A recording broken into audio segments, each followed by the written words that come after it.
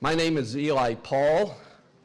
I'm the head of the library's Missouri Valley Special Collections, or in keeping with today's subject, the capo. In fact, for today only, I will answer to the name Eli Pauly Walnuts. Okay, good. Good, there's some Sopranos fans out there, okay. Now I'll turn to today's program. Terence O'Malley has captured on the screen and on the page some of the most engaging of our Kansas City stories. He produced a hit with his 2006 film, Nellie Don, A Stitch in Time, as well as a popular film on the Union Station Massacre. Terence has degrees from Loyola University in New Orleans in English, from KU in radio, TV, and film, and law from Washburn University, all of which I'm sure come into good use with his documentary filmmaking. Your presence today is an accurate indicator of how the subject of crime and corruption, Kansas City style, resonates with modern audiences. Although, why should we be any different than the rest of the world? Well, here's some proof. I did an internet search of movies with the name Kansas City in the title, and you've seen many of them. Robert Altman's Kansas City, Raquel Welch's Kansas City Bomber, and my favorite, Kansas City Confidential, a 1952 crime caper that starts out with great promise and great views of Union Station before returning to the standard Los Angeles sets and West Coast street scenes. And really, we have to admit it, shouldn't Martin Scorsese have titled his movie not Casino, but Kansas City in the Casino? What you'll also find online is a surprising number of foreign movies, westerns and gangster movies, where the titles of lesser-known movies now have a more familiar ring. 1935's The Irish in Us became Der Bomber de Kansas City in Austria. Probably something Arnold Schwarzenegger saw as a youngster. 1966's Half-Breed became Spain's El Dia Más Largo de Ciudad de Kansas. And then there's 1964's Four Bullets for Joe became in Italy El Vendicatore de Kansas City. You get the picture. You want a picture that sells gangsters and Indians, you put Kansas City in it. All of this really means, though, to those of us trying to preserve and interpret our history, is that our subject today is an important, worthwhile, and legitimate field of study for understanding how the world has viewed and may continue to view our fair city. It is through efforts like those of this author and filmmaker that make today's program far more than a guilty pleasure. Would you please join me in welcoming Terence O'Malley? All right, well, thank you, Giovanni. That was very well done.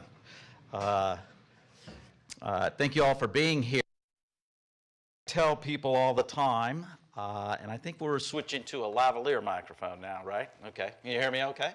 All right. Like it or not, for better or worse, Kansas City had an excellent mafia. And it is something that is part of the fabric of the history of this city. And you should know that as I endeavor to tell the stories of Kansas City, I'm really only interested in telling the stories for the people of Kansas City. Whether somebody in Los Angeles or New York cares about the story, I don't care. I'm making it for all of us who live here, who love this city, and who want to know more about it. And so what I do is I don't care if they don't want as much detail in my books and in my films. I'm going to give the detail because I think that's what the people of Kansas City want. One of the things you'll also notice about my films is that I try and use music that is Kansas City-based music. So you'll hear the jazz of Kansas City because to me that permeates the flavor and gives context to the history of the city. And people ask me all the time, how did I get interested in the Mafia in Kansas City? And it's very simple. It was because of Nellie Don, a dress manufacturer. which makes total sense, right? There's an obvious segue there. But really what it was is that when I was researching Nellie Don, and I knew that she had been kidnapped, but I had no idea that she had been rescued by the mob when she was kidnapped. And so for me, I was just like, wow, this story just keeps getting better and better all the time. And then I started thinking, as I had to learn more about Johnny Lazio, because I had to figure out, well, how in the world did they solve this kidnapping of Nell Donnelly? And I started reading more about this character named Lazio, it just kind of dawned on me that nobody had ever given any type of cinematic treatment to the history of organized crime in Kansas City. And so, as a result of me doing this, then Frank Haid, who I got to meet, he got his book out right away, and I helped Bill Owsley get his first book out, Open City. I just kind of really strongly encouraged him to get that book out. And so there has been a lot written about organized crime here in Kansas City in the last really 3 to 4 years. Where there was a dearth before, now the subject has not been, it'll never be completely covered because there are so many stories that, how shall we say, have been left unmemorialized. And so, I was just over at Holy Rosary, and an Italian family was telling me some of their stories. And I think that's the thing to keep in mind, too, is that we can have a tendency, and I certainly include myself in this, to kind of create caricatures out of the people who lived through this. But the reality is, especially back in the early days, that the presence of organized crime in Kansas City had a very sinister effect on a lot of what was going on here in Kansas City, primarily within the Italian population. Now, in 1890, there were less than 1,000 Italians here in Kansas City. By 1910, you had as many as 10,000 Italians. And by 1930, there were as many as 30,000 people of Italian descent in Kansas City. So we had incredible growth and immigration to Kansas City from Sicily, and primarily Sicily because the Mafia economy in Sicily was such a dead end for so many people that they escaped the island to come here. A lot of people also came in the 20s during the purges of Mussolini, who went after the Mafia and kicked a lot of criminals out of the country that way. But the important thing to understand is that the vast majority of the Italians who came here were very law-abiding people who wanted to do nothing more than ply their trades, ply their skills, and to make a better life for their families. Unfortunately, they became immediate victims of an Americanized version of what became the Black Hand. The Black Hand, La Mano Nera, was a term that the media and the newspapers in New York appended to the extortion that was going on within the Italian communities in New York. And so the name just kind of filtered its way around the United States, and it became the Black Hand everywhere. But its methodology, while it would get localized, was nevertheless pretty much the same, which was find an Italian family who appeared to be faring well and threaten them. If they don't comply with your demands, then harm them somehow. And it was a form of psychological terror because they wouldn't always necessarily follow through, but then sometimes they would, so you never knew. And so many Italians here suffered under this threat of being subject to the Black Hand. And the Black Hand really started gaining momentum here in Kansas City in about 1910. That's when it's documented that a series of Italian criminals landed here in Kansas City and immediately set about targeting their fellow countrymen. And what's interesting, if you were an Italian and you were, say, from Milano or Venezia or one of the northern cities, and you got these threats, you were kind of like, what is this? I'm not going to do this, you know. But if you were from Sicily, you were scared to death because it was real. When you came from Sicily and they talked about the Mafia, that was something that was very real. Whereas the people in northern Italy, they weren't really subject to the Mafia. It really is a southern Italian phenomenon. And also those that perpetrated this, and their names are well known, the Di Giovannis, the Balistreri, certainly Paul Catanzaro, he was a shoe shop owner here. They would meet in the back of a little grocery store, and they would have wine, and they would play briscola, and they have some bon ami, some camaraderie, and then they'd circle their chairs together and they'd start talking about their fellow countrymen, who in the community's doing well. And one of the things that they would do is they would go get the names off the tax rolls and look to see who filed how much and who paid how much in taxes. And then they would know who were rich, and so who were ripe targets. And so they would huddle together, and they would essentially devise a method of extortion. Now, not everybody who was rich was necessarily extorted, because they tended to go after Sicilian families, and they tended to go after those families where they thought that there was a weak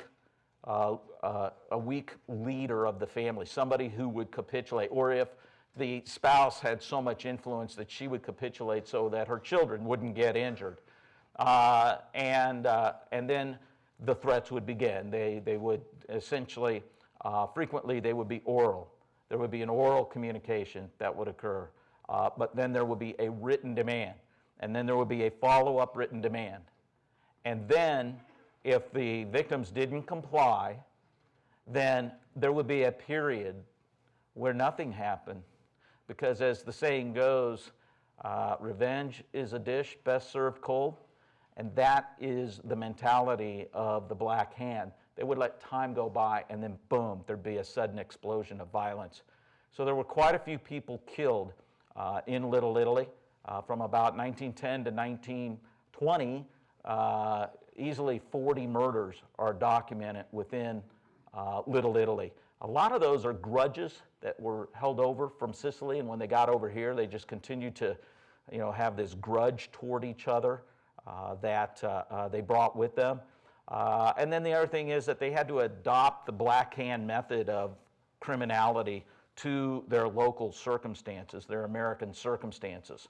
But nevertheless, it was devious, it was evil, it was greedy. These people would come over to America with virtually no possessions, and within a few years they'd be owning these thriving businesses. Where did they get all the money to do this? Well, they were extorting it from their fellow countrymen. And that's the first piece that I want to go into here. There have been many murders now in Little Italy by the Black Hand, and this is an attempt by a valiant police officer, Italian police officer, who tried to clean up the Black Hand here in Kansas City.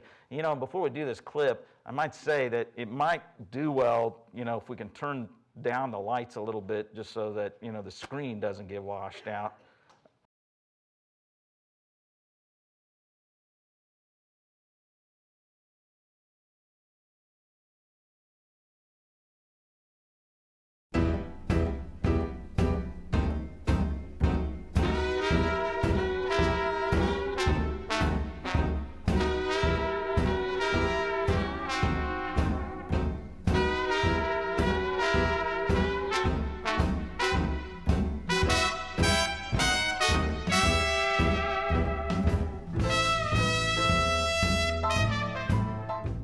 On April 8, 1911, 10 days after Joe Ramo was assassinated, Louis A. Olivero joined the Kansas City Police Department.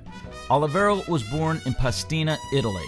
As a cop, he is described as having been fearless against the Black Hand and quickly rose to the rank of detective. Olivero had nurtured an informant within Black Hand ranks and was given first-hand information. Detective Olivero's informant explained that one method of targeting a victim was to pore over tax records at the Jackson County Courthouse, revealing who within the Sicilian community had money and could pay extortion demands. On July 29, 1915, police arrested 7 men and were on the lookout for 4 more, all accused of being Black-Handers. These men had arrived in America just a few years before with few possessions, and yet within just a short time they could afford to own their own businesses. Greed caused the men arrested in 1915 to overstep their bounds. The good Sicilians of Little Italy simply could not meet the monthly demands of the Black Hand. 15 men, described as some of the most prominent of Little Italy, shuffled down to the police department and told how each of them had received extortion letters and each paid between $1,000 and $5,000, and that they could provide a list of names with hundreds more victims. The police chief called a number of the citizens of the Italian community and said, "Stand with me. How many of you will stand with me and help me?" And one by one they filed out of the meeting and he was left sitting there alone. I understand why, because the threats were real. People were being murdered, bombed, beaten. After the arrests, a woman described as a widow with property worth $10,000 told that she had received a demand for $2,000, and she identified Joseph D. Giovanni as one of the men who made the demand. Joseph Scarface D. Giovanni, one of the founding members of La Cosa Nostra in Kansas City. He and his brother Sugar House Pete were born in Sicily in the 1880s. Joe arrived in KC in 1912 and immediately engaged in Black Hand extortion activities. During World War I, the Di Giovannis, along with fellow Sicilian James Balistreri, had a black market sugar operation. Because of the war, commodities like sugar were in high demand on the black market. But after the war, when the economy was rebounding, the black marketeers were stuck with a lot of high-priced sugar. According to fire insurance men, Joe Di Giovanni set fire to the warehouse where the sugar was stored. He bungled the job and ended up burning his face and hands, earning him the nickname Scarface. For years, Di Giovanni maintained that he was injured in a gas explosion. Joseph Di Giovanni and his brother Pete Di Giovanni, along with Jim Ballesteri, were mentioned prominently during this era. I don't think there's any question that they were probably very active and quickly gained stature. One target was Samuel Brancato, who owned a grocery store at 429 East 6th Street. Brancato refused to pay the Black Hand and instead put up lights all around his residence and hired a black man with a shotgun to keep guard. And if Mr. Black Hand comes snooping around here, he sure will find these 2 black hands of mine.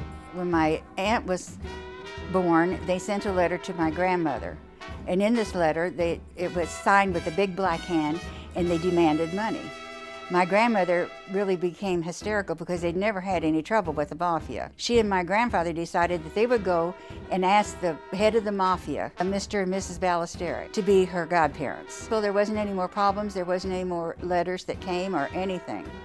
The Black Hand method of extortion continued unabated in Kansas City, and in 1919, Louis Olivero rounded up 17 more men as Black Hand suspects, but Little Italy's code of silence reigned. After years of threats and attempts on his life, Detective Louis Olivero paid the ultimate price for being an honest cop. On Friday, November 29, 1930, shortly after 7 a.m., Olivero left his home at 808 Lydia and was walking to work when a dark Buick sedan rounded the corner and blasted him in the face with a sawed-off shotgun. He left a wife and 7-year-old son.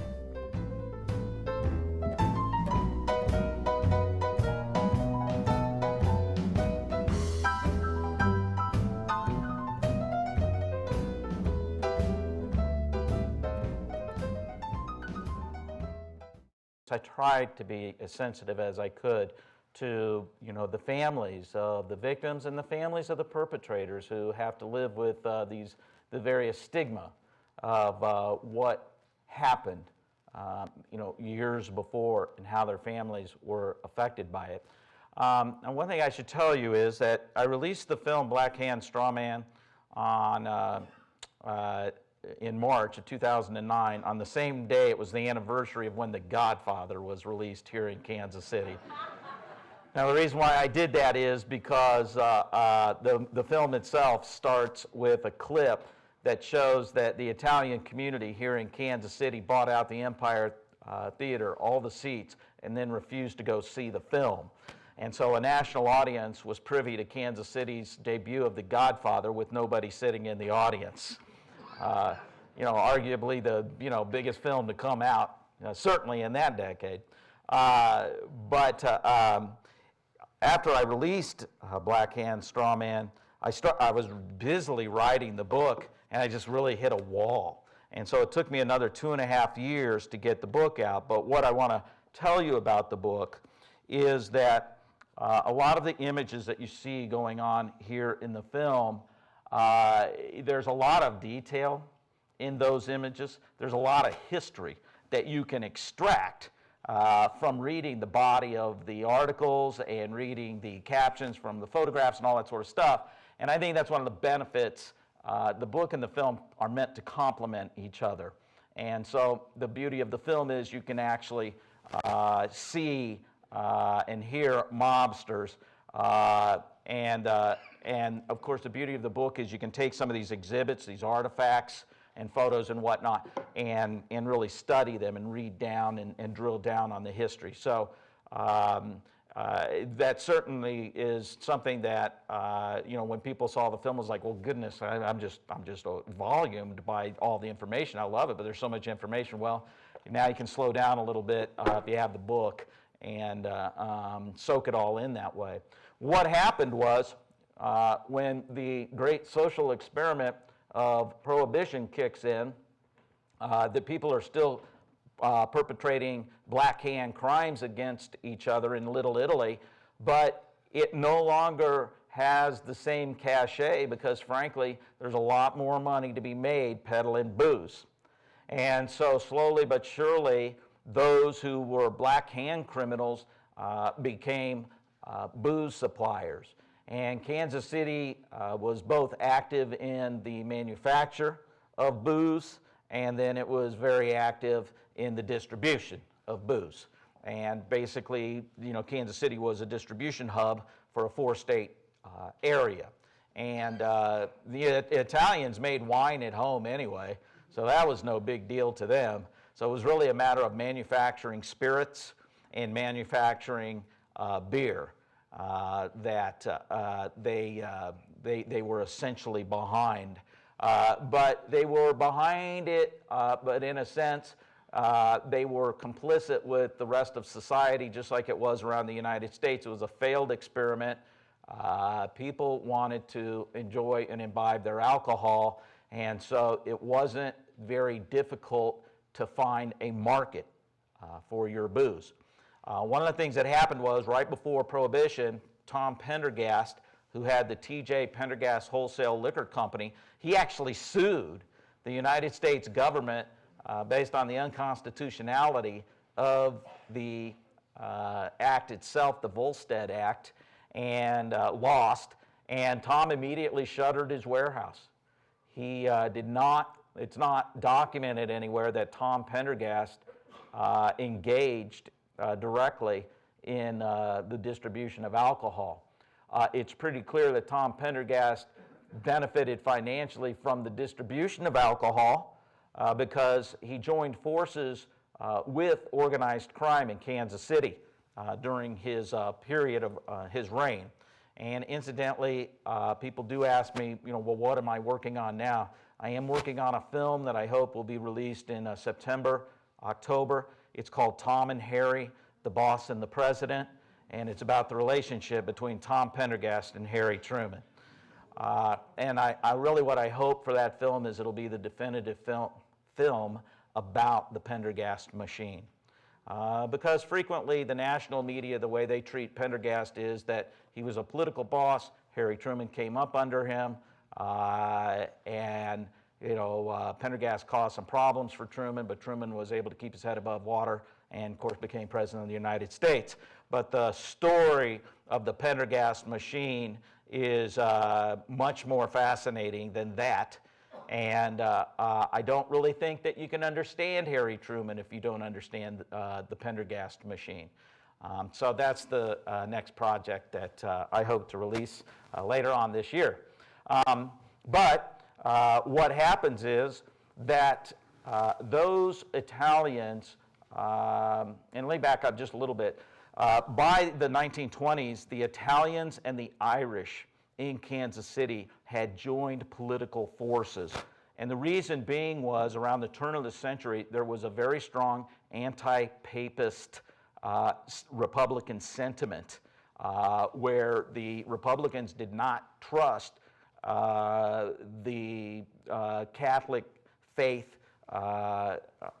leaders, political leaders, and so they actually ran on anti-Catholic platforms. Well, that had the galvanizing effect of joining the various Catholic communities together. There were a lot of German Catholics, there were obviously a lot of Irish Catholics, and all the Italians were Catholic. So by the 1920s, the Italians and the Irish, led by Tom Pendergast, and there were other Irish factions. Joe Shannon was one of them. You had the goats and the rabbits. The Pendergasts were the goats, and the Shannons were the rabbits. And there's all kinds of stories about how they got their names, goats and rabbits. Probably the best one for the Pendergast is that Big Jim Pendergast, who was Tom's older brother, started the political machine. There were a bunch of shanty houses along the west bottoms, along the cliffs there, that people, built residences, and they had goats that they kept as animals for their milk and, I don't know, for their garbage eating abilities, I guess. But anyway, so the Pendergasts got labeled with that, and the rabbits were a kind of a media sensation where I think the Pendergasts had said that they had scared the Joe Shannon's people, that they had run like rabbits from the polls. And so I'll flesh that all out more. The stories are conflicting. There's all kinds of stories about how each one of those developed. But the bottom line is you had a multitude of political factions within the Democratic ranks in Kansas City. And during this period, when you had this conjoining of forces within the Italian community, where they had these sugar warehouses, and instead of having independent sugar operations in Kansas City, the Italians joined together to create a sugar syndicate within Kansas City, because you need sugar to make alcohol. And so that was the first time that we really know that the Italians, different factions within the Italian community, started to join together. And one of the things, though, that criminals don't like is a lot of publicity. That doesn't really inure to their benefit, if you will. And so the leaders of this syndicate, primarily the Di Giovannis, and the Balistraris, they needed somebody to be the public face of the Italian community. They needed somebody who would essentially be the front man for their organization. And they tapped this guy who had been a driver for a very well-known attorney here in town named James Aylward, who was very close to Harry Truman, very close to Jim Pendergast. And this guy hired this driver, and his name was John Lazio. And John Lazio was a rising star within the Italian community. He had actually rushed into some, the stories were, and they're in the newspaper, that he had rushed into some burning tenements and rescued children from houses that were on fire. And so he was a bit of a hero here within the Italian community. But he was corrupt to the core. And he pursued all kinds of criminal activities. And one of the biggest things that he did was on election day 1928, it was a municipal election. He organized his squad of men, and they kidnapped 4 Pendergast poll workers, and they held them. And Lazio let the word be known that he was willing to use force to take control of the north end and give it to the Italians. They demanded their political autonomy because at this time, Tom Pendergast, had his own Irishmen leading being the political leader in the ward, and the Irishmen didn't even live in the ward. You know, they were interlopers, and so the Italians demanded their own autonomy. And so it was either Tom Pendergast give the Italians control of their political district, or else go to war with the Italians. And frankly, the Pendergast machine was not an armed criminal force. That's not how they operated. I mean, they would, you know, beat people up at the polls, and they would exercise duress and, you know, other ways to make people come see their position, but they were not strong-armed enforcers. But the Italians were, because the Italians had been, many of them had been participants in the Black Hand era, and now were also common everyday criminals in the sense that they were running booze operations, which of course required security, and there were always, you know, mishaps going on in that context. So Pendergast, being a practical guy, he says, fine, okay, you can have political control. Johnny Lazio's your guy. He's your leader, and that ward is now your ward. The Italians own that ward. So then from there on, that's why you had such close relationship between Tom Pendergast and the Italians.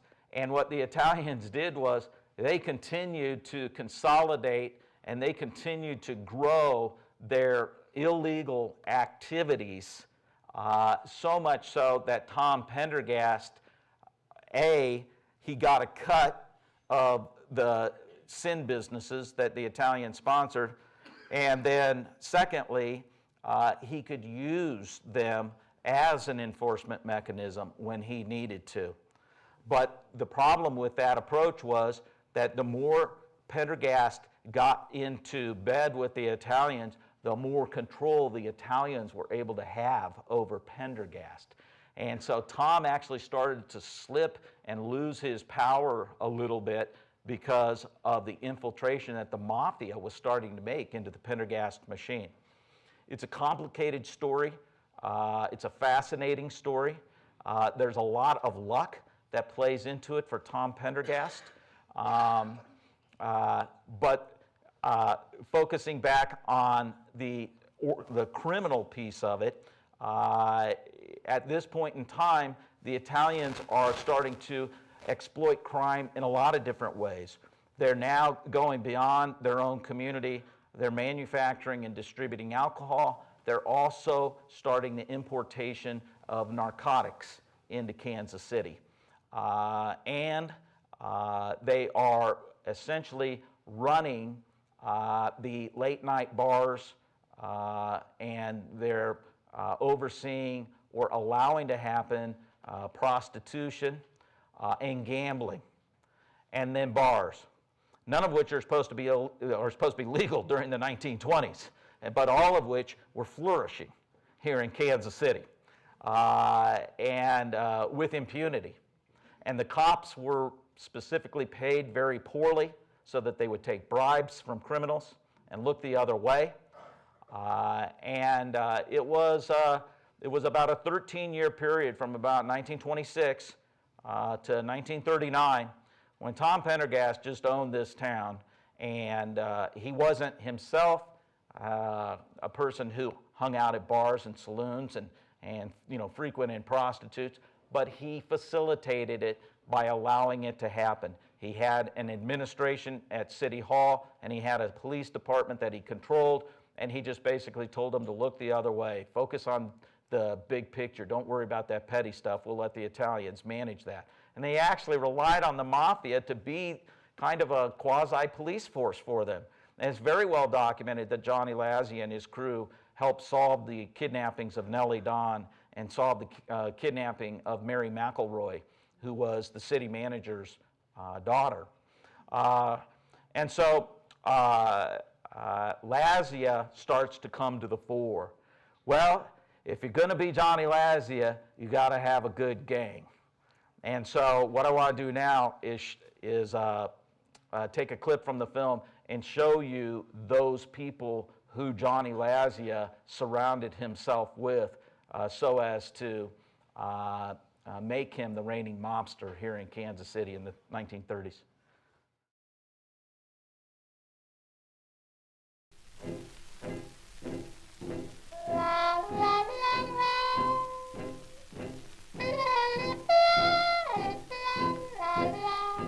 Lazio divided the city into 5 racketeering districts, each operated by close associates, most of whom he had grown up with in Little Italy.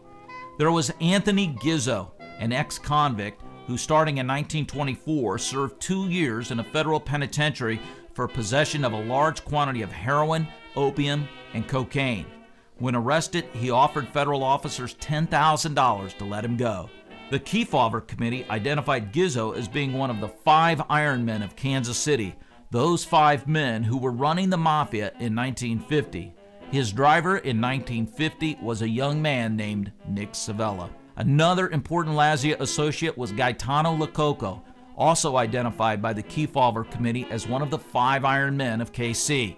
Gaetano, or Tano as he was often called, was co-owner of the Ringside Athletic Club at Independence Avenue and Locust Street. On November 19, 1928, the 2-story building, insured for $42,000, was destroyed completely by an explosion that blew out hundreds of windows in an area 12 blocks square. It was the most violent explosion in Northland history. The presence of oil-soaked timbers and the terrific force of the blast evidenced arson. Lazio's inner circle also included Charles Moonface Carollo, or Charlie the Wop, as he was often called in the press. Charlie Carollo had grown up next door to Lazio in Little Italy. Often characterized as a bodyguard and chauffeur, Carollo was more of a business associate for Lazio than anything else. In fact, Charlie Carollo took the fall for Lazio when the feds came in and busted up a bootleg service in which Lazio and Carollo were leasing cars to the bootleggers. Another close associate was Sam Scola, alias Sam Hogg, a bootlegger and a strong-armed thug for Lazio, who would be called upon to perpetrate an infamous murder in Kansas City. Perhaps the most notorious of Johnny Lazio's gang was Charles Mad Dog Gargata, a gangster's gangster. His record of arrests and convictions was so voluminous that the Kefauver Committee made it Exhibit Number 12. The committee chairman is quoted as having said, "If ever a human being deserved the title of Mad Dog, it was Gargata." By the time he joins the Lazio inner circle there, the people that were being promoted, he was an established tough guy. He was an established criminal. He was the poster boy for that word that was used, a police character. Over the years, Charlie Gargata was arrested for murder, assault with intent to kill, burglary, possession of stolen U.S. property, possession of corn whiskey, frequenting gambling houses, occupying a room for immoral purposes, extortion, kidnapping, resisting arrest, and many charges of vagrancy. 3 years younger than Lazio, Gargata was a go-to guy for any type of violence required to transact business.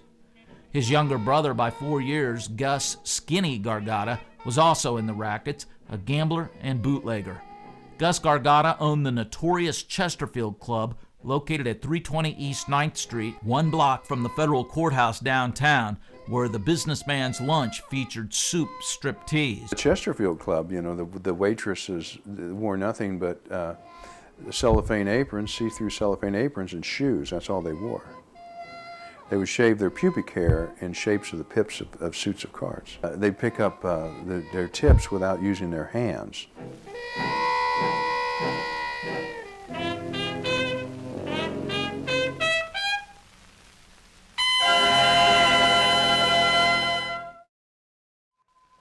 You know, the stories from the 1930s are just unbelievable.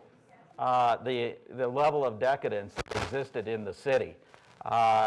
you know, and I can just kind of route them through my head, but you had the Nellie Dawn kidnapping, you had the Mary McElroy kidnapping, you had the Katz kidnapping of the Katz brothers. You had Kansas City was a safe haven so that, you know, people like, creepy Alvin Karpis, he was a famous gangster back then, would come in town and lay low. Pretty Boy Floyd would be here in town and lay low. I mean, that's what Bonnie and Clyde were doing. They were heading into Kansas City before they had that big shootout in Platte County. They decided not to come into the city, but nevertheless, they were kind of gravitating toward here because they knew it was, you know, a bit of a safe haven for criminals. You had the big shootout at the florist shop that was owned by Big Joe Lusko. That it was just a den of gangsters living in a warren of rooms up there, and they had a huge shootout where they killed, 4 people were killed, and Pretty Boy Floyd escaped from that shootout. At the time, Charlie Benaggio was one of the people arrested during that shootout. You, of course, had the Kansas City Union Station Massacre, of which Johnny Lazio, Sam Scola, Gargata, all of those guys were involved.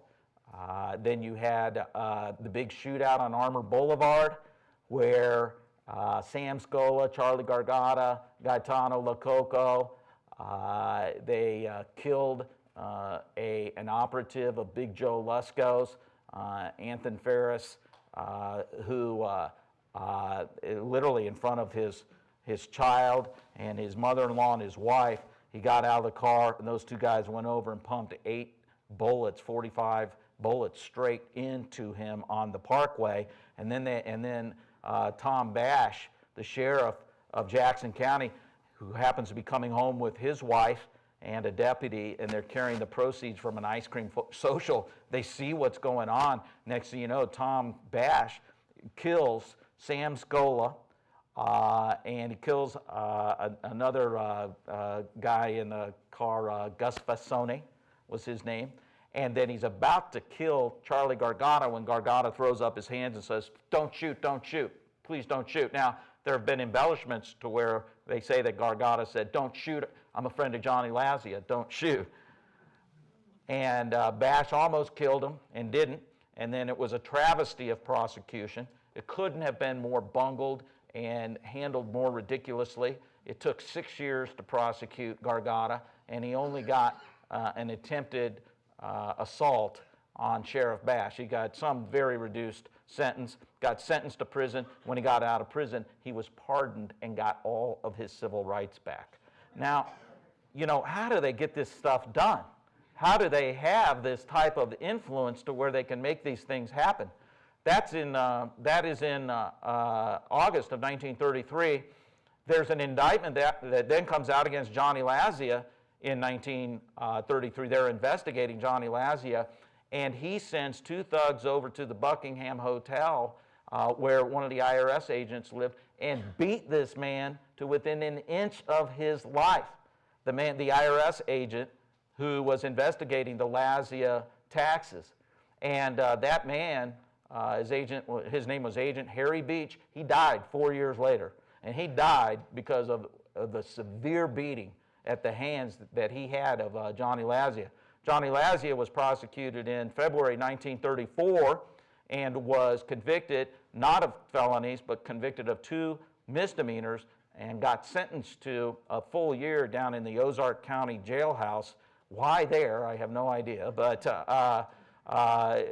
then Johnny Lazio wouldn't live to appeal his conviction, which he of course did. Johnny Lazio was shot down in July of 1934. And of course, I forgot to mention that in July of 1933, Bonnie and Clyde swung through and they had their big shootout there. It was only after Johnny Lazio was killed that they figured out how the Union Station Massacre occurred, because there was a gang war that broke out. It was a huge gang war that broke out after Johnny Lazio was killed. He was killed right there at 300 West Armour It's a renovated condo now. And when he was killed, they machine gunned and shotgunned him to death at 3 o'clock in the morning. And Carollo had been his driver that night. And Lazio was with his wife, and he urged Carollo, "Go, get out of here. Take Marie, get out of here." And then he lay there on the side, in the driveway, screaming in pain, begging for somebody to come help him. And he lay there for 15 or 20 minutes before anybody would come outside and give him assistance. Then they did 3 blood transfusions of him over at St. Joe Hospital. St. Joe Hospital at that point in time was in lockdown. They had Italian guards with guns all around the perimeter of the hospital, all up and down the hallways, and the nuns are trying to like usher people to, you need to go away, and of course they're, essentially dismissing them. Lazio suffered immensely for 12 hours through 3 blood transfusions, screaming his head off, and finally succumbed some 12 hours later. And one of his last words was, "Please tell my great friend Tom Pendergast that I love him." And then he died. Lazio was, a fascinating character in the annals of Kansas City crime. But lest anybody think that he wasn't a bad guy, he was a very bad guy. He ordered people's deaths, and he had people punished. He controlled the north side. And so he was the big boss on the north side. And so if you're going to be the big boss on the north side, sometimes you have to give out orders that are going to, of course, result in people getting hurt. And then you had the bloody election of 1934 on the municipal election day, when 4 people were killed at the polls. And there were gangs of armed Italians riding around in cars without license plates, and they were beating people up at the polls. The voting fraud was so rampant that it's almost you could almost think how the people of Nazi Germany could become desensitized to all the evils that were going on, because here in Kansas City you had everyday normal people. You had grandmothers, aunts and uncles, and the children of people working as poll workers cheating. If you were a Republican, they didn't let you vote. Or if you were a Republican, they'd take a bunch of the ballots and just kind of get rid of them. Or they would if you voted for the wrong Democrat, they'd scratch out your mark, and they'd mark in, put in an X where the guy you were supposed to vote. It was terrible. And in 1934, when Harry Truman got tabbed by Tom Pendergast to run for Senate, after, of course, they ran through a whole list of people who were much more qualified than Harry Truman. Finally, they settled on Truman, and Jim Aylward dragged his butt all over the state to get elected. Well, Truman had 75,000 fraudulent votes. That's how he got in. I mean, Harry Truman always did very well in what they called outstate Missouri. That was anywhere that was not Kansas City and not St. Louis. But his first election, it was bogus. He won outstate. He did do that because he campaigned very well. But Kansas City always had about a 95% voting participation.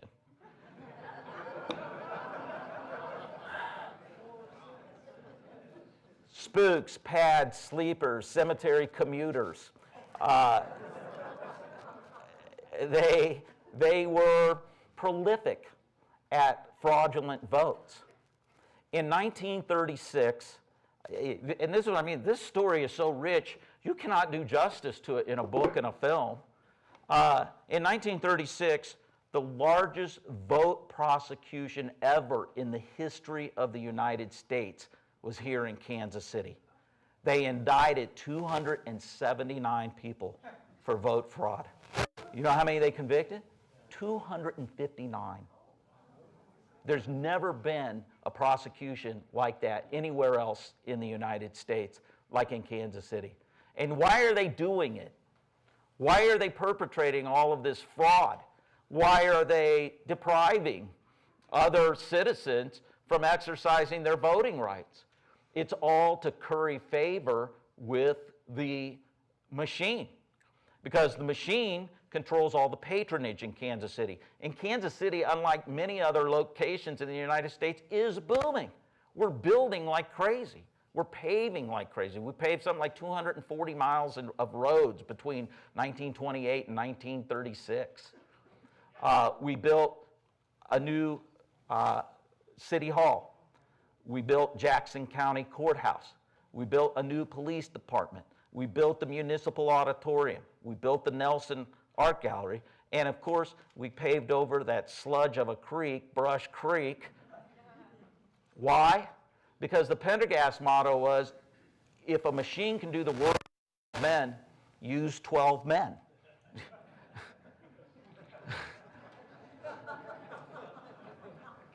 And what you had, and this is what I'm saying, there was so much luck involved in it because the Pendergast machine controlled the inflow of federal money through the WPA, the Works Progress Administration. And Kansas City and Pendergast, of course, picked the administrator, the federally appointed administrator for the whole state, okay? So any money, any jobs to be created out of the WPA had to come through Kansas City. That's why you had politicians in St. Louis and Cape Girardeau and Joplin and all these far-flung places coming to Kansas City to pay homage to Boss Tom because he was the one who determined what projects got done because he controlled the guy who controlled the WPA, who eventually went to prison. A bunch of people went to prison, not just Tom Pendergast, but a bunch of people went to prison who were associated with the whole deal. And there's other things, and when I say luck, I mean incredible luck. About 45 days before the 1932 election of the governor, Francis Wilson was a very well-respected politician here in Kansas City. He'd had a number of high-profile jobs. He was clean as can be. He died about 35, 40 days before the election. Well, the tradition was then that you go to the widow of the candidate and say, well, who do you want to replace your husband? And this widow says, I want this guy named Guy Park. He's a friend of mine. Well, who is Guy Park? Well, Guy Park is a circuit court judge up in Platte County. Pendergast is like, whatever, check him out. And they checked him out. He was a trial court judge, nothing wrong with the man, but he'd never held a political office. Pendergast ran him and got him elected in less than 30 days. So now he controls the governor's office. This is 1932. The Republican governor who left office before that had vetoed the redistricting that the legislature had done. And so in so doing, what it meant that every congressperson in the state of Missouri had to run at large. So that if you were from Mexico, Missouri or something, then you had to come to Kansas City because who else is going to deliver 100,000 votes for you? And so Tom controlled every position in Congress at that time. And, you know, the State House was his because of his control over the money. And, of course, everybody's heard, they used to call the State House Uncle Tom's cabin. And then finally, the Supreme Court decides that the Kansas City Police Department has to come under the control of the Kansas City because it was taxation without representation. Because money was being taken from Kansas Cityans to pay for a police department that was under state control. And so they gave the police department back to control of Pendergast. So he controls the police department. He's got his city manager in there, Henry McElroy. He controls all the seats in Congress. He controls all the State House seats. He controls all the money that is coming in through the federal government, through the Works Progress Administration. He's got people who all they want to do is curry his favor, and so they'll cheat at the polls as much as possible. And this went on for 13 years. It took that long to bring it down. It was bad. It was corrupt. It was wrong. So what do you have? Well, guess what? That's great. You shut down all the political operations, but the Italians, they're still in business. And they are running every type of scam you can imagine. They're importing heroin into Kansas City. It's a major distribution hub. Charlie Parker was hopelessly addicted to heroin when he left Kansas City. and that was Mafia-sponsored heroin. They're running gambling everywhere they can. They're, strong-arming trucks. There's fencing stolen goods. They're running a numbers racket called Policy. They're thriving. They're doing really well. And all of a sudden, back to the fore again comes this young man, a new star, because, again, the old black-handers that are running things behind the scenes, they don't want to be out front. So they tap this young guy named Charlie Banaggio. And Charlie Banaggio starts making inroads politically again by getting key candidates elected to key positions, police board positions, and also some state house positions. And he goes ringing around in the North End, and he gets people out votes, and he has loudspeakers on trucks, and he drives through the neighborhoods, and he's yelling at people to vote, vote, vote. And he's a Democrat, and he is also the inheritor of the Kansas City Mafia operations. And who are all his best buddies? Oh, Gaetano Lococo, Charlie Gargata. Carollo by this time is in prison. He goes to Alcatraz. He gets released in about 1948 and gets busted again within a couple of years of peddling illegal booze. And he gets deported back to Italy. And then some new names start coming up. Eddie Spizzo Sadci, Max Jabin, Mangracina, a whole new cadre of mafioso are rising to the fore. And one of the things they do is they muscle into one of the most amazing gambling joints you can imagine. It's called The Last Chance.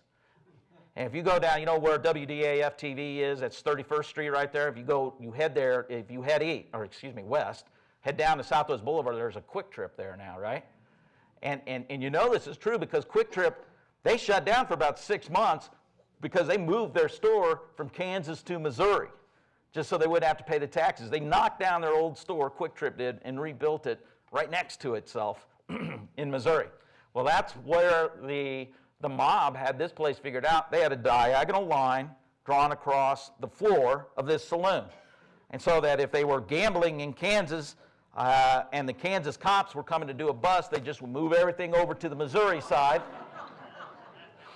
and they would gamble over there. And it just seemed like, why couldn't the two jurisdictions coordinate this a little bit, you know? And it's because things are corrupt. People get paid not to do things. And so in the late 40s, Harry Truman's president of the United States, this guy who came up through this, cauldron of corruption, rises to our foremost position in the United States. And also at this time, there's this guy named Estes Kefauver who wants to conduct hearings into organized crime around the country and vis-a-vis interstate commerce. And Harry Truman's like, I don't want you to do that. Because that's just going to open up a whole new can of worms for me and Tom Pendergast. I'm sick of hearing about Tom Pendergast. And also, Harry thought that it would get used against the Democrats in elections. Well, first of all, just to let you know, Charlie Banaggio was a nice man, but he was a bad guy. He sanctioned hits. He was in with all the notorious criminals of the day. And while ostensibly he was a suburban guy, he loved to tend to his roses and whatnot, he was nevertheless a bad actor, and he was heavily involved in Democratic politics. And what he did was he went to the National Syndicate and he said, hey, give me a bunch of money and I'm going to get the right candidates elected and we're going to get Missouri opened up to gambling. And so the National Syndicate funded Charlie Banaggio. And Banaggio worked his rump off to try and accomplish what he had promised. But things didn't quite work out for him. So that's what I want to do now is go to the execution, pure and simple.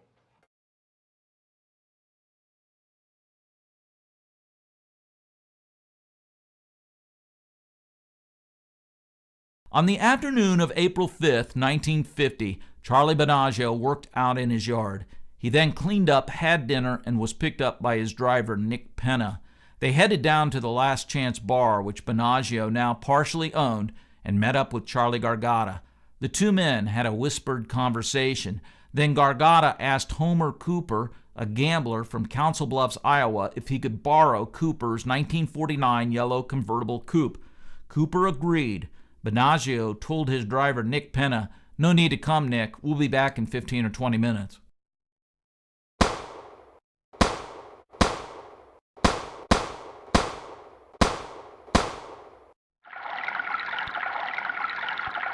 Around 4 in the morning on April 6, 1950, cab driver W.A. Gamble heard water running into the First Ward Democratic headquarters.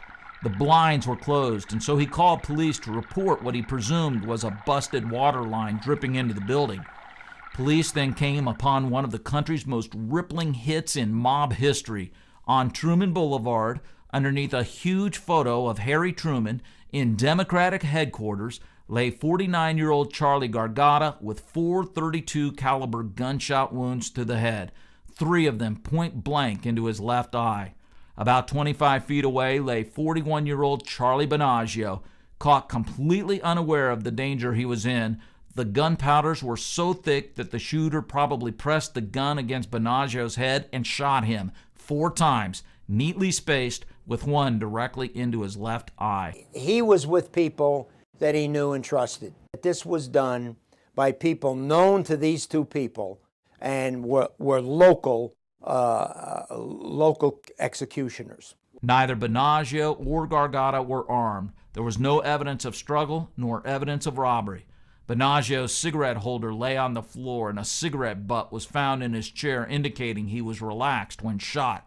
Apparently, Gargata sensed some danger because he was headed toward the door, and when he was shot, he grasped at the blinds before falling. President Truman was vacationing in Key West in Florida as the news burned up the lines of wire services out of Kansas City that morning. Howls of indignation came from Congress, denouncing the lawlessness of the president's own city and demanding some action be taken. At first, Truman was silent, instructing aides to merely comment that Truman had no connection to Binaggio and no concern in the case. But back in D.C., the issue became red hot, with Senator Estes Kefauver of Tennessee again demanding to lead an investigation into organized crime in America. To quell matters, Truman had but little choice to go along this time or otherwise be pilloried by his own party.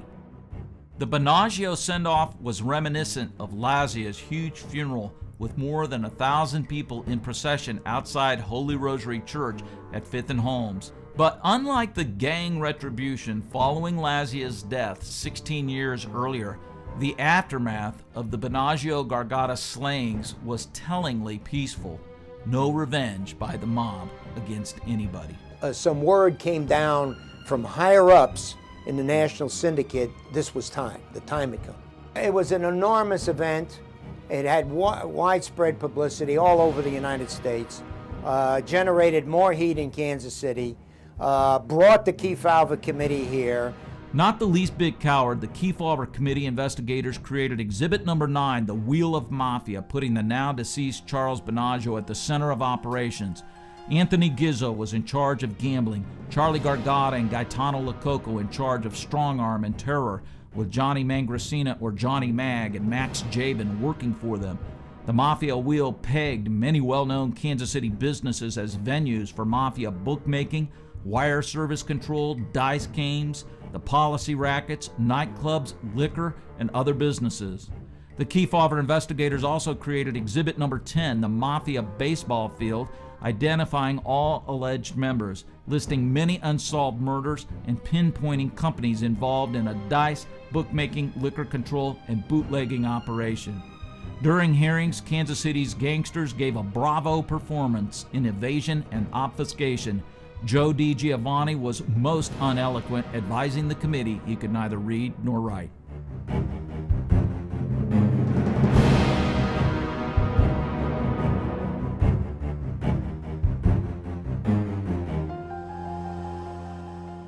In total, 48 witnesses testified during the KC Kefauver Committee hearings. The committee recommended that Joe D. Giovanni be prosecuted for perjury, finding his amnesia to be incredible.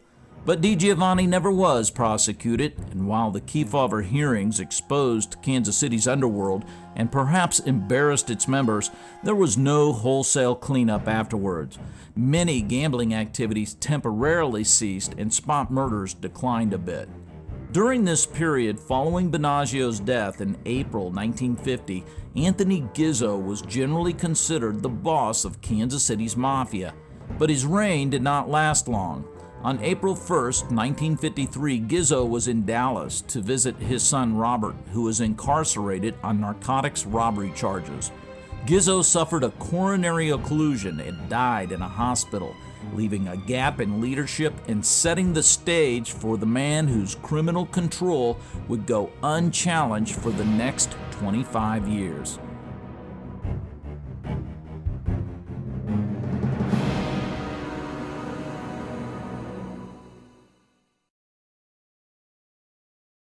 All right, well, Eli tells me that I have to wrap it up now.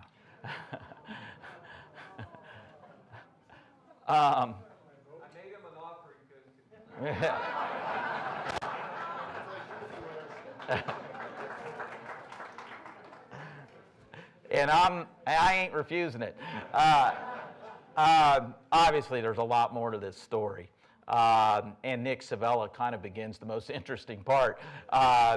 You know, I get asked this all the time, like, when was the, the height of the Kansas City Mafia? You would think that, with Gargata and Binaggio getting killed in Democratic headquarters while the president is in office, that really can't get much bigger than that. But it gets a lot bigger than that.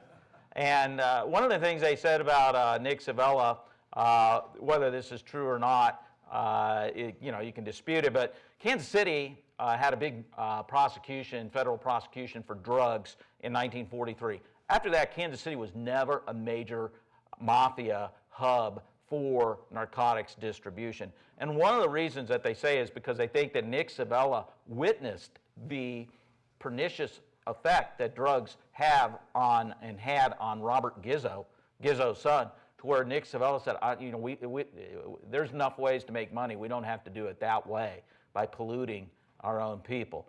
The other thing I'll tell you is drug convictions carry very stiff sentences. So Nick Savella, being a smart guy, said we should keep our hands clean out of drugs because, you go to prison, you're going to go to prison for a long time and not have a lot of public support either. It's one thing to get busted on, wagering, running a bookmaking operations when the Kansas City Chiefs are in the Super Bowl, but it's a whole other thing if you're distributing heroin. And I think that there was a lot of empathy on the Kansas City public for our mafia because we were kind of like, we did things kind of that were fun. I mean, they sponsored a lot of fun. They ran all those smut houses along 12th Street.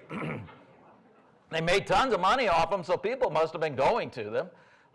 They ran the gambling operations here in town. I mean, look, Riverboat gambling is here now. It's ironic that, we used to put people in prison for what we now encourage. And I think that really was the mentality of the mob is, hey, look, we're just giving people what they want.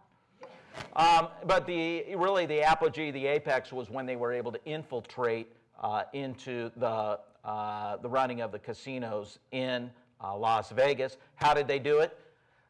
Nick Savella sponsored Roy Williams' career all the way up through the top. He early on threatened Roy Williams that if he didn't do what he said, that he'd kill Roy Williams and kill his family first and then kill Roy Williams. And so Roy Williams continued to ascend in the union leadership. They got the union to sponsor the loans to a Strawman of 4 casinos in Las Vegas. And then when the whole idea was to bankrupt those casinos so that the Teamsters would be the first creditor in line. They could take over the operation of the casinos, the Teamsters. And who's running the Teamsters? The mob. And it was a great business plan. It really was. But through the efforts of people like Bill Owsley and his partners at the FBI, they exposed all of that. Then, of course, we had the River Key, and we have the Spiro brothers. My last clip would be about that. I could show that clip. It's about 3 minutes long, then we could end up then. Is that all right, Eli? Sure. All right. No, you're not going to kneecap me or anything. Why don't we just do that? Let me give you a little quick setup.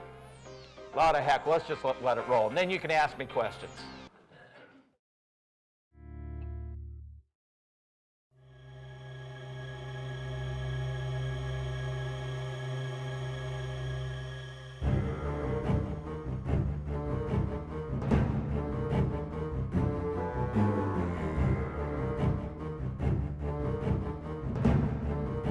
The outfit was actually waging 2 gangland wars simultaneously during the 1970s, and events relating to both overlapped.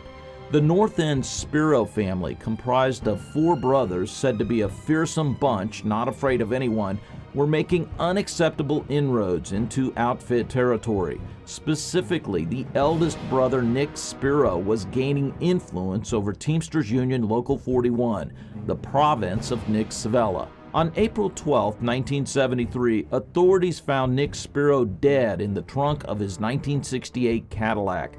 He had been shot in the temple and in the chest. At the time, brother Carl Spiro was in jail, but he swore revenge for those responsible for the death of his oldest brother. On November 17, 1976, John Brocato, said to be in the Spiro brothers' camp, was found in the trunk of his car at Kansas City International Airport. He had been tortured and strangled. And yet the killing continued. More persons with murky connections to the outfit or the Spiro brothers. On July 22, 1976, Kansas City police found a 1965 Ford Mustang abandoned near 9th and Olive with red liquid dripping from the trunk, blood from the body of David Bonadonna, shot just a few hours earlier. Willie the Rat is generally suspected of having orchestrated the hit. On February 19, 1977, John Amaro, also known as Johnny Green, was shot to death in his own garage near 50th and North Flora, just a few doors down from Nick Savella's home. Johnny Green was a Savella bookmaker and owner of John's Saloon in the River Key. 3 days later, on February 22nd, Sonny Bowen, convicted thief and sometime bodyguard of Fred Bonadonna, sat down for a drink at Mr. O'Brien's bar at 35th and Broadway. Shortly thereafter, 3 masked men walked in, said nothing, and shotgunned Sonny Bowen to death. 5 weeks later, on March 28th, 2 huge explosions rocked the side-by-side saloons known as Pat O'Brien's and Judge Roy Bean's at 4th and Wyandotte. By now, Fred Bonadonna was in hiding and was cooperating with the FBI. Gary Parker, or Parker T, had been warned by police that he was a target for the mob but turned down police protection, insisting he could take care of himself. But it was the outfit that took care of Parker T. On a Friday afternoon, August 5th, 1977, 35-year-old Parker T was having the final drink of his life at Louis Bar and Grill at 4127 Truman Road, operated by Tony Bonadonna, Fred's brother and son of David Bonadonna. Parker T left the saloon and got into his car.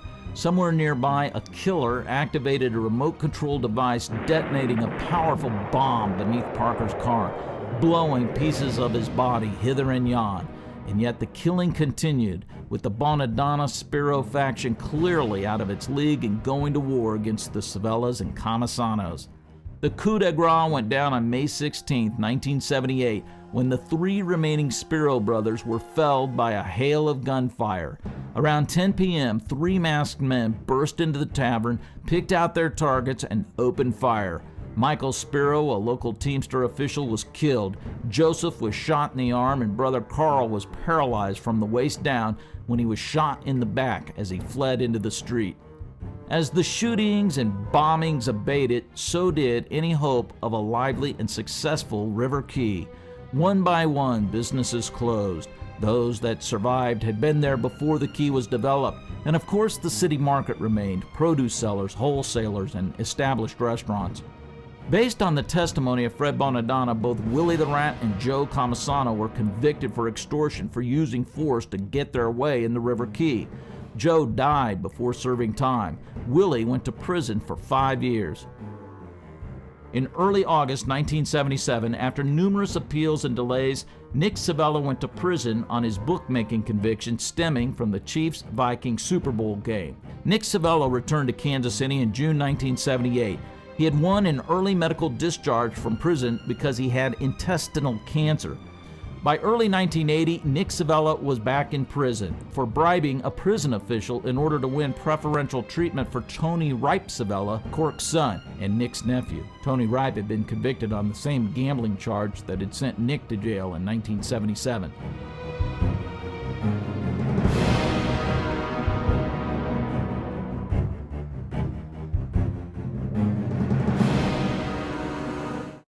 It's true.